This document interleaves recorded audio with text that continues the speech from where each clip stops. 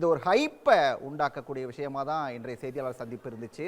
ஒண்ணுமே நடக்கல அப்படிங்கிற மாதிரியான ஒரு பார்வையை முன் வச்சிருக்காரு முதல் கட்ட பார்வையா. ஒரு குற்றச்சாட்டுக்கு பதில் சொல்றதுக்கு முன்னால இன்னைக்கு அமைச்சர்களுடைய பேட்டியினுடைய தொடக்கத்துல எதிர்கொண்ட சவால்களை பற்றி குறிப்பிட்டாங்க. அது ரொம்ப முக்கியமான கொரோனா காலத்துல. ஏன்னா இந்த ஆட்சி தொடங்கும் போது ஏதோ ஒரு கோல்டன் பீரியட்ல எல்லாம் தொடங்கல. இது தொடக்கத்துல நிதி பற்றாக்குறை இருந்துச்சு, கஜானா காலிங்கிறத எந்த அரசு வந்தாலும் சொல்லும். ஆனால் முதல் முறையாக உயிர் போற நேரத்துல ஆக்சிஜன் இல்லாம பற்றாக்குறையில கடந்தது இந்த முறை தான். உயிர் போற நேரத்துல ஹாஸ்பிட்டல் பெட்டு கிடைக்காம மக்கள் திண்டாடினது இந்த முறை தான். அப்ப மக்களினுடைய உயிருக்கே உத்தரவாதம் இல்லாத தன்மையில தான் குறைந்தபட்ச இன்ஃப்ராஸ்ட்ரக்சர் டெவலப்மெண்ட்டை கூட ஏற்படுத்தாத அளவுக்கு தான் சென்ற ஆட்சி விட்டுட்டு போனுச்சு. அந்த இடத்திலிருந்து தொடங்கி தான் இன்னைக்கு இந்தியாவிலேயே அதிகப்படியான வளர்ச்சியை 11.2% யூனியன் கவர்மெண்ட் புள்ளி விவரம்படி அவ்வளவு பெரிய வளர்ச்சியை திராவிட முன்னேற்ற கழக அரசு, எங்களுடைய தலைவர் தலைமையிலான அரசு சாத்தியப்படுத்தி காட்டியிருக்கு. இந்த டிராவல்ல ஏற்பட்ட நெருக்கடிகளை பார்க்கணும். முதல்ல உதாரணத்துக்கு ஜிஎஸ்டிங்கிற சிஸ்டம் வந்ததே தமிழ்நாடு மாதிரியான உற்பத்தி மாநிலங்கள் பாதிப்படையும் அப்படிங்கிறது அன்னைக்கே சொல்லப்பட்டது. அதுக்கு ஒரு காம்பன்சேஷன் கொடுத்தாங்க. அந்த காம்பன்சேஷன் முடிஞ்சு போச்சு. 2022 ஓவர். காம்பன்சேஷன் முடிஞ்ச பிறகு இன்னைக்கு 3 ஃபினான்ஷியல் இயரை நெருங்கிட்டு இருக்கோம். ஒவ்வொரு ஆண்டு 20,000 கோடி அந்த காம்பன்சேஷன் கொடுக்காதனால, நிறுத்தப்பட்டதுனால ஒவ்வொரு ஆண்டும் கிட்டத்தட்ட 20,000 கோடி லாஸ் ஏற்படுது. அடுத்தது கோவிட். நீங்க ஒன்றாவது அலை கோவிட் நீங்க ஏடிஎம்கே கவர்மெண்ட்ல வளர்ச்சி 0.07ல நின்னுச்சு ஜிடிபி. அதுக்கு உடனே என்ன பண்ணாங்க? கோவிட் காரணம்னாங்க. Covid first wave ADMK face பண்ணுச்சு. Covid second wave Dravida Munnetra Kazhagam அரசு ஃபேஸ் பண்ணுச்சு. ஃபர்ஸ்ட் வேவ் கம்பேரிட்டிவ்லி இரண்டாவது அலையை விட குறைவான தாக்கத்தை தான் ஏற்படுத்தினுச்சு. 8.9 லட்சம் பேர் தான் தமிழ்நாட்டில் பாதிக்கப்பட்டாங்க. இரண்டாவது அலையில ஏறக்குறைய 17 லட்சம் பேர் பாதிக்கப்பட்டாங்க. 2.5 பங்கு அதிகம். அப்ப பாதிப்பு அவ்வளவு அதிகம். அந்த பாதிப்பையும் கடந்து தான் பாசிட்டிவ் growth அந்த ஆண்டிலேயே கொடுத்தோம். இது ரெண்டாவது. மூணாவது, இவங்களும் பிஜேபி சேர்ந்து உதய் மின் திட்டத்தை தமிழ்நாட்டில் திணிச்சாங்க. அதிமுகவும் பிஜேபி சேர்ந்து அந்த உதய் மின் திட்டம் என்ன கண்டிஷன் போடுது? நீங்க டிஎன்இபி டான்ஜெட்கோ உடைய வருவாய் இழப்பை கடனை மாநில அரசு காம்பன்சேட் பண்ணணும், இல்லைன்னா உங்களுடைய கடன் வாங்கும் வரம்புல நாங்க கை வைப்போம் அப்படின்னு மிரட்டுது. அந்த கண்டிஷன்ஸ் மிரட்டுது. அதனால என்ன? போன ஆண்டு 17,200 கோடி, இந்த ஆண்டு 14,500 கோடி மாநில அரசினுடைய நிதியிலிருந்து அந்த கடனை காம்பன்சேட் பண்றதுக்கு எடுத்து கொடுத்துருக்கோம்.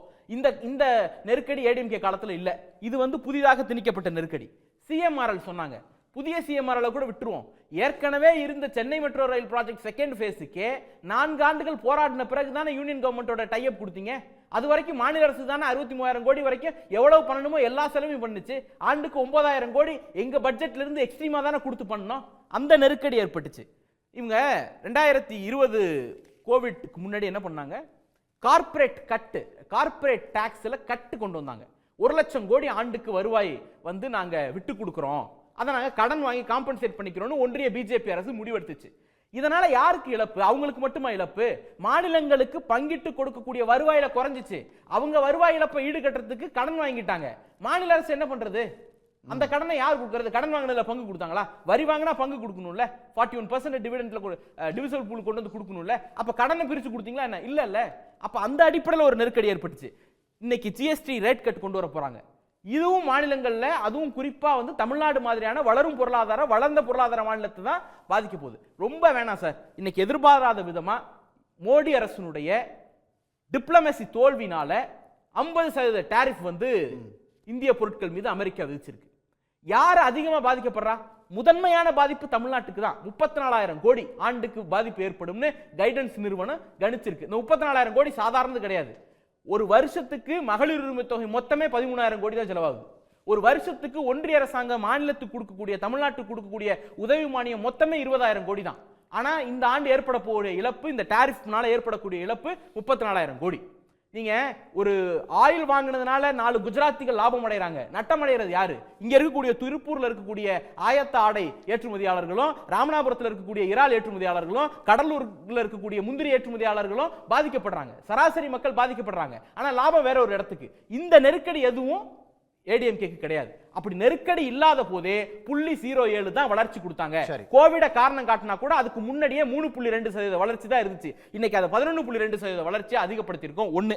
இது மட்டும் இல்லாம இந்த நெருக்கடிக்கு மத்தியில தான் 505 வாக்குறுதியில 404 வாக்குறுதிகளை எடுத்துக்கிட்டு அதுல பெரும் பகுதியை கிட்டத்தட்ட 404 வாக்குறுதிகளை செயல்பாட்டு கொண்டு வந்திருக்கோம். இவங்க திருப்ப திருப்ப கேட்கறாங்கல்ல, பெட்ரோல் விலையை குறைச்சிங்களா? 3 ரூபா குறைச்சோம். அடுத்த நாள் என்ன பண்ணீங்க? யூனியன் கவர்மெண்ட் உடனே விலையை ஏத்துனாங்க. அப்ப நாங்க குறைப்போம், நீங்க ஏத்திட்டு போனீங்கன்னா உங்களுக்கு லாபம், நாங்க நட்டம் அடையணுமாங்கிற நெருக்கடி இருக்கா இல்லையா? பெட்ரோலா இருக்கட்டும், டீசலா இருக்கட்டும், மெட்ரோ எக்ஸ்டென்ஷனா இருக்கட்டும், கேஸ் சிலிண்டரா இருக்கட்டும், மாணவர் கடனா இருக்கட்டும், இப்படி எதெல்லாம் இவங்க குற்றம் சாட்டுறாங்களோ இதுக்கு தான் அங்க ஒரு விளக்கம் கொடுத்திருக்கோம். 37 திட்டங்கள் ஒன்றிய அரசின் ஒத்துழைப்பு இல்லாததால் நிலுவையில் இருக்குன்னு சொல்லியிருக்கோம். ஒன்றிய அரசு ஒத்துழைப்பு கொடுக்க சொல்லுங்க, 37 திட்டத்தையும் அடுத்த நாள் நாங்க எக்ஸிக்யூட் பண்றோம். கல்வி நிதி 2000 கோடி கொடுக்க மாட்டாங்க, அந்த அளவுக்கு நெருக்கடி கொடுக்குறாங்க. அந்த நெருக்கடியை தாண்டி தான் இவ்வளவு பண்ணிருக்கோம். நீங்க குவாலிட்டேட்டிவ் குவான்டிடேட்டிவ் பத்தி பேசுறீங்க. நான் என்ன கேட்கிறேன், ஏடிஎம்கே மொத்தம் எத்தனை வாக்குறுதி கொடுத்துச்சு இந்த நேரத்தில் சொல்லுங்க.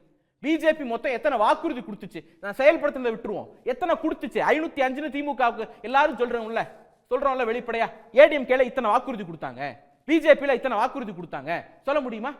முதல் முறையாக ஒரு அரசாங்கம் தான் கொடுத்த 505 வாக்குறுதியில இத்தனை நம்பர்ஸ் நாங்க எடுத்திருக்கோம், அதுல இத்தனை முடிச்சிருக்கோம், இத்தனை ப்ராசஸ்ல இருக்கு, இத்தனை நெருக்கடியில் இருக்கு அப்படின்னு வெளிப்படையாக டிக்ளேர் பண்ணக்கூடிய தெம்பும் திராணியும் திராவிட முன்னேற்ற கழக அரசுக்கு மட்டும்தான் இருக்கு. வாக்குறுதினாலே என்னன்னே தெரியாம மறந்துட்டு எல்லாத்தையும் குளிதோட்டி புதைச்சிட்டு வாக்குறுதி குறித்து கேள்வி கேட்பதற்கு தார்மீகமே அற்றவர்கள் ஏடிஎம்கே பிஜேபி.